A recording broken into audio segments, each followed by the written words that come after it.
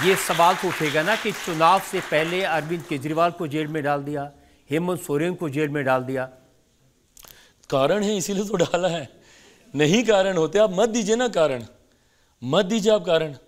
और आज देख लीजिए केजरीवाल जी किनका समर्थन ले रहे हैं, किनका समर्थन ले रहे हैं। आज अभी कुछ दिनों पहले so called India alliance, what ever alliance, तो उस मंच पे जब केजरीवाल जी जब अरेस्ट हुए थे उस मंच पे कौन लोग थे, आप एक एक का चेहरा जूम इन करके दिखाइए।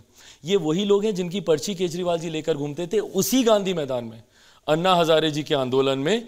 इन्हीं लोगों के नाम की पर्ची लेकर घूमते थे भ्रष्टाचार के आरोप लगाते हुए, और आज उन्हीं लोगों का समर्थन ले रहे हैं अपने आप को जेल से बाहर निकलवाने के लिए। क्या ये सच है कि तेजस्वी जी आपके बचपन से मित्र हैं और आप अभी भी उनके साथ रहते हैं, मतलब उनसे बातचीत होती है? साथ तो नहीं रहता, बट हाँ मेरे मित्र हैं, मित्र नहीं भाई हैं मेरे, छोटे भाई। मैंने हमेशा तेजस्वी को मैंने कहा है, माना है, और कारण है, मतलब आप सब भी रिलेट करेंगे, आपके पिता के दोस्त, उनके बच्चे आपके दोस्त बन जाते हैं। So this is how it happened with me also. मेरे पिता का आदरणीय लालू जी का बहुत गहरा संबंध रहा है, दोनों ने साथ काम किया है, दोनों एक दूसरे के समकक्ष रहे हैं। ये कारण है कि मेरी बचपन से तेजस्वी से वो मुलाकात, वो परिचय था। जिनको आप भाई और मित्र और इतना प्यार से बोल रहे हैं, उनकी पब्लिक मीटिंग में आपकी माँ को गाली दी गई।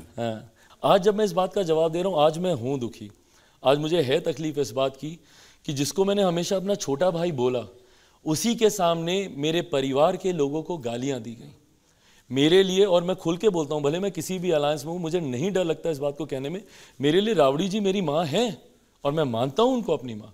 मेरे लिए मीसा दी मेरी बड़ी बहन है, मेरे लिए रोहिणी मेरी बहन है। मेरा वो रिश्ता रहा है उस परिवार से।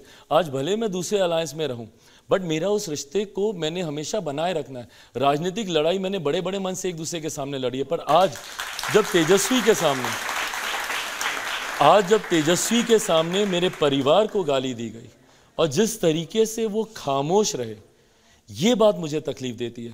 मैं अगर तेजस्वी की जगह होता और मेरे सामने अगर उनके परिवार के किसी भी सदस्य के बारे में इस तरीके से कहा जा रहा होता, मैं मुंह तोड़ जवाब देता, मैं वहीं पे एक कड़ा विरोध में दर्ज कराता। बट इस तरीके की भाषा की कतई कोई गुंजाइश नहीं। आप कड़े से कड़ा विरोध आप मर्यादा में रह के कर सकते हैं। उन्होंने जवाब दिया है, तेजस्वी ने कहा कि हम तो मंच पर थे, नीचे से कौन क्या बोल के वीडियो बना देता है, हम क्या कर सकते हैं। और उन्होंने कहा मुझे तो हर रोज हजारों लोग गालियां देते हैं। Now this is even worse, आप उसको जस्टिफाई कर रहे हैं।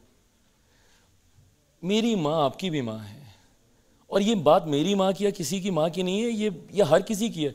हम सब परिवार से आते हैं, हम सबकी माएँ हैं, हम सबकी बहनें हैं, बेटियाँ हैं। अब किसी भी महिला के बारे में आप ऐसा सुन कैसे सकते हैं, और आप उसको जस्टिफाई कर रहे हैं ये कह के कि मैंने सुना नहीं। रजत सर, ये सामने, ये ऐसे ही मंच होता है, हम लोग पोडियम पे होते हैं सामने एक पंक्ति पे।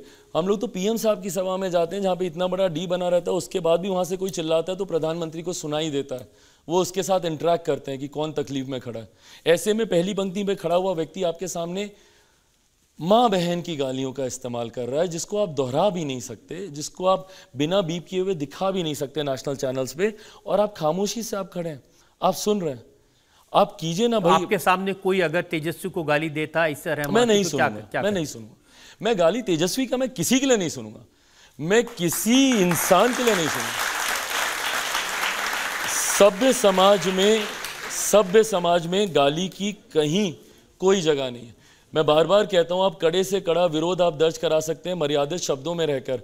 आप ही देखिए एक के बाद एक एलिगेशंस लगा रहे हैं, डबल स्टैंडर्ड भी बोल दिया, सब बोल दिया, बट मर्यादित होके आप ये कर सकते हैं। आज सोचिए एक व्यक्ति की इतनी हिम्मत कि तेजस्वी यादव के सामने चिराग पासवान के परिवार को गाली दे रहा है और उसका कुछ नहीं हुआ।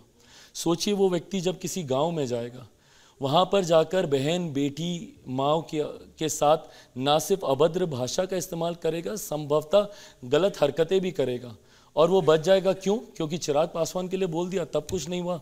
तो ये तो एक गाँव की आम महिला है।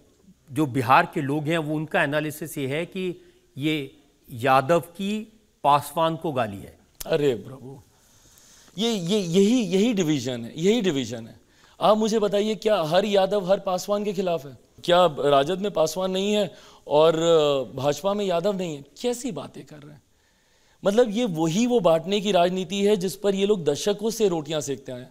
मैं नहीं मानता कोई यादव है, मैं नहीं मानता कोई पासवान है, मैं नहीं मानता कोई अगड़ा, कोई पिछड़ा, कोई हिंदू, कोई मुस्लिम, मैं नहीं मानता। हम सब बिहारी हैं, हम सब बिहारी अस्मिता की लड़ाई लड़ रहे हैं, हम सब बिहार के खोए हुए गौरव की लड़ाई लड़ रहे हैं। भाई एक ऐसा राज्य जो सिर्फ अपनी शिक्षा के लिए जाना जाता था, नालंदा यूनिवर्सिटी, आज जब दूसरे राष्ट्रों के राष्ट्रीय अध्यक्ष आते हैं, मेरे प्रधानमंत्री गर्व से नालंदा यूनिवर्सिटी की तस्वीर बैकड्रॉप में रखकर उनसे मुलाकात करते हैं, उनसे तस्वीरें खिंचवाते हैं। और आज उस गौरव को हम लोग खो चुके हैं। आज बिहार में शिक्षा के हालात देखिए, उन परिस्थितियों को बदलने की हम लोग को ज़रूरत है। तो ये MY समीकरण बनाते हैं और MY समीकरण बनाकर ये लोग बंटवारा करते हैं। मेरा भी है MY समीकरण, मेरा महिला समीकरण है, मेरा युवा समीकरण है। मैं महिलाओं को जोड़ूंगा, वो किसी भी जाति की हो, मैं युवाओं को जोड़ूंगा, भले वो किसी भी जाति की हो, किसी भी धर्म के हो। पर जब आप जातियों में बांटते हैं, आप बिहार को बर्बाद करते हैं।